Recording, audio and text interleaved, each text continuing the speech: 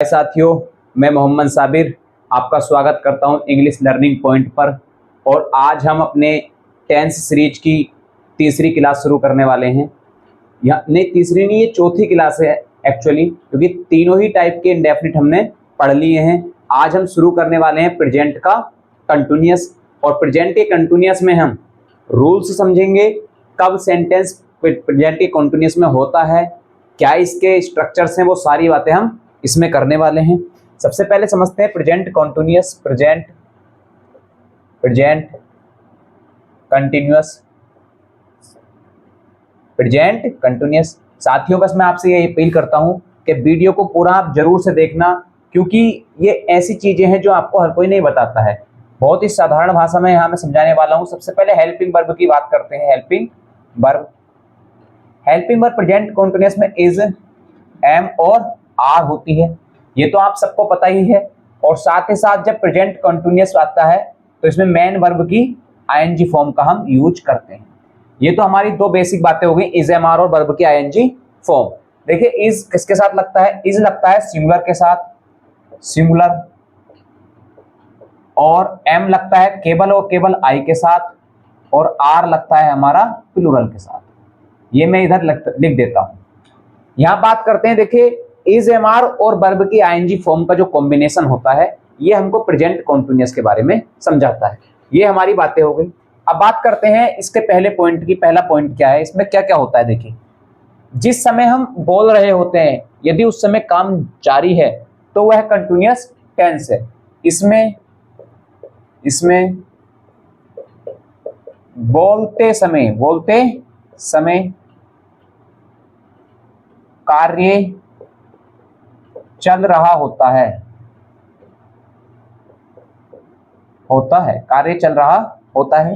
Guys, मैं आपको ये बात कहना चाहता हूं कि आप जब भी पढ़ें, मेहनत से और लगन से पढ़ें। डिस्ट्रक्शन आप अपने पास ना लाएं, इससे आपको परेशानी हो सकती है। अगर आपको परेशानी से पढ़ना है, केवल फोकस करना है, तभी आप सक्सेस होगे। इससे पहले आप सक्सेस नहीं हो सकते। कोई भी चीज अगर हम कर रहे हैं, उसको पूरी मेहनत और लगन से करना चाहिए। ये एग्जांपल से मैं आपको समझाता हूं कि काम जारी कैसा होता है। जैसा कि राहुल इज स्लीपिंग। मैंने ये सेंटेंस क्यों लिखा? मैंने ये सेंटेंस इसलिए लिखा ताकि आपको ये बता सकूं कि ये सेंटेंस हमारा कंटिन्यूअस है। इज प्रेजेंट की पहचान है और आईएनजी फॉर्म कंटिन्यूअस की, ये तो प्रेजेंट कंटिन्यूअस हुआ। एक और सेंटेंस, ही इज डांसिंग, एक सेंटेंस ये है। इज प्रेजेंट और ING form continuous, present continuous. एक और example, Ramu is playing hockey, ये एक सेंटेंस है। देखो, इज प्रेजेंट और प्लेइंग आईएनजी फॉर्म यानी कि कंटिन्यूअस, प्रेजेंट कंटिन्यूअस। तो प्रेजेंट कंटिन्यूअस की बेसिक सी पहचान है इज, एम, आर और साथ में वर्ब की आईएनजी फॉर्म का कॉम्बिनेशन प्रेजेंट कंटिन्यूअस होता है। आप कह रहे हो कि ये तो कोई खास बात नहीं है। चलिए, खास बात नहीं है तो खास बात करते हैं। खास बात कौन सी है? देखिए, पहला जो हमारा रूल है, रूल नंबर 1 यहां पर मैं लिख रहा हूं, रूल नंबर 1। पहला रूल क्या कहता है? देखिए, पहला रूल ये कहता है जब सेंटेंस में डबल कंपैरेटिव डिग्री का यूज हो, तब सेंटेंस कंटिन्यूअस होगा।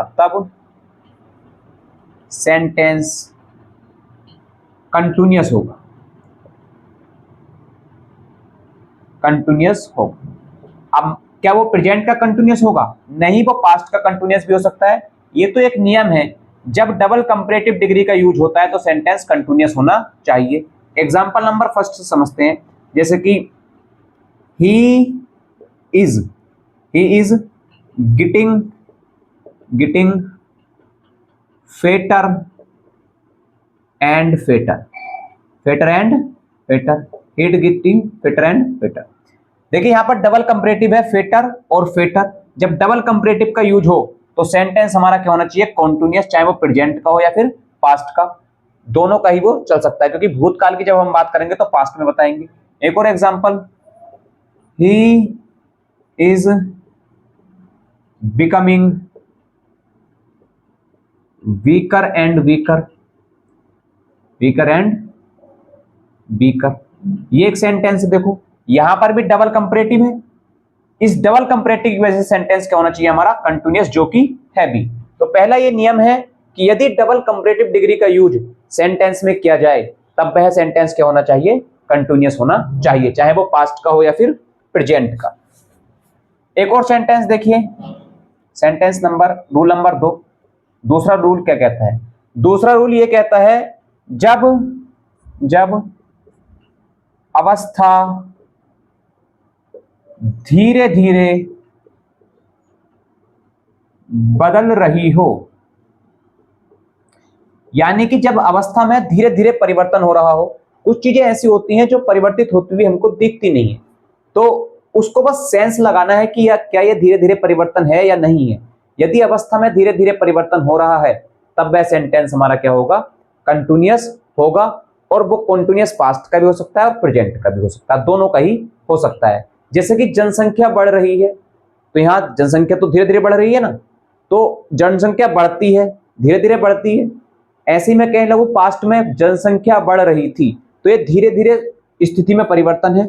कुछ ऐसी स्थिति होती हैं जो दिखती नहीं है, फिर भी हम एग्जांपल से समझने की कोशिश करते हैं। नहीं, जैसे देखो, he is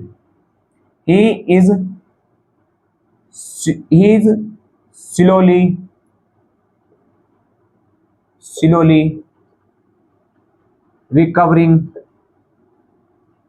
from fever, he is slowly recovering from fever, ये एक सेंटेंस है, he is slowly recovering from fever। देखिए, जो फीवर से ठीक हो रहा है तो धीरे धीरे ठीक हुआ है, इसीलिए हमने ये क्या रखा है, प्रेजेंट कंटीन्यूअस रखा है। क्या रखा है, प्रेजेंट कंटीन्यूअस, क्योंकि अवस्था धीरे धीरे बदल रही है। एक और सेंटेंस देखिए एग्जांपल के तौर पर, एक और सेंटेंस एग्जांपल के तौर पर लिखते हैं, रामू इज इम्प्रूविंग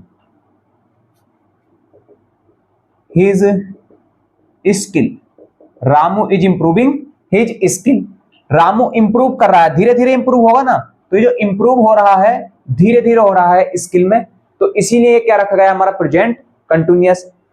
जैसे कि पॉपुलेशन इज इंक्रीजिंग, जनसंख्या बढ़ रही है, तो पॉपुलेशन इंक्रीजेस नहीं लगाएंगे, वो क्या हो जाएगा, बढ़ती है, वो एक अलग चीज है, जबकि जनसंख्या में परिवर्तन लगातार हो रहा है। यही बात मैं बताना चाह रहा हूं कि जब स्थिति में लगातार परिवर्तन हो धीरे धीरे, तब हम क्या यूज करते हैं, कंटीन्यूअस, वो दोनों में से कोई सा भी हो सकता है। ये एक हमारा हुआ। एक रूल नंबर हमारा तीसरा आता है, रूल नंबर हमारा तीसरा, आपने देखा होगा, रूल नंबर 3 मैं आपको बताने वाला हूं कि ऑलवेज एक वर्ड है, ऑलवेज एक वर्ड है, तो वही मैं लिखने वाला हूं, ऑलवेज का यूज प्रेजेंट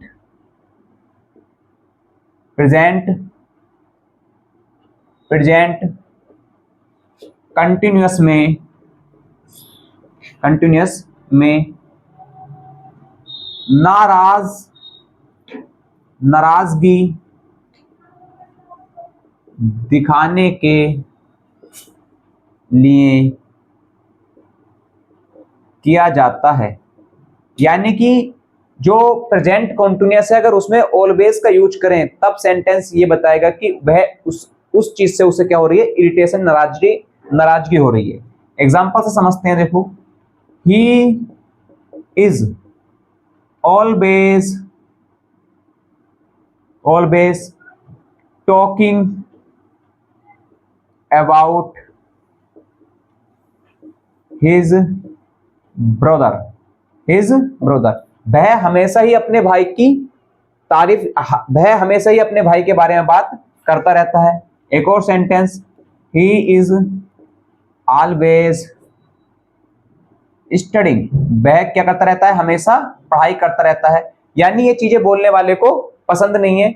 इससे रिलेटेड क्वेश्चन बिल्कुल नहीं आते हैं। क्वेश्चन जो आते हैं इन दो स्ट्रक्चर से रिलेटेड आते हैं, एक ये और दूसरा ये, इन दो रूल से रिलेटेड क्वेश्चन पूछे जाते हैं एग्जाम में, यहीं से आपको क्वेश्चन आएगा और इन रूल्स को आप याद करें, यही आपके लिए सबसे बेहतर है। देखिए साथियों, आपने देखा होगा कि जो अदर्स टीचर्स हैं, वो अदर जो टीचर हैं वो जो भी पढ़ाते हैं उनसे मुझे खैर कोई लेना देना नहीं है। लेकिन गाइस ज़्यादा से ज़्यादा आप दो चीज़ों पे फोकस करें। पहले अपना कॉन्सेप्ट क्लियर करें, जिस तरीके से मैंने कॉन्सेप्ट कराया है। हमारे पास व्हाइट बोर्ड है, डिजिटल बोर्ड तो है नहीं जो कि हम आपको यहाँ बहुत सारे प्रैक्टिस के क्वेश्चन करा सकें। आप कॉन्सेप्ट क्लियर करने के बाद बुक से भी क्वेश्चन को लगा सकते हैं, जैसे कि मैंने आपको यहाँ कुछ एग्जाम्पल कराएं। चलिए आज का वीडियो इतना ही रखते हैं और कल फिर हम लेकर आएंगे एक नया टॉपिक, पास्ट कंटिन्यूअस। जब फ्यूचर कंटिन्यूअस पे पहुंचेंगे तो मैं एक कंटिन्यूअस के बारे में इंपॉर्टेंट बात बताऊंगा कि कुछ वर्ब होती हैं जो कंटिन्यूअस को एक्सेप्ट नहीं करती। उसकी बात हम लास्ट क्लास में करेंगे कंटिन्यूअस की। चलिए आज इतना ही, फिलहाल अब कल बात करते हैं। कल हम लेकर आएंगे पास्ट कंटिन्यूअस टेंस का नया टॉपिक। आपका जो भी सवाल हो आप कमेंट में लिख सकते हैं, उसका जवाब जरूर दिया जाएगा। बहुत बहुत शुक्रिया।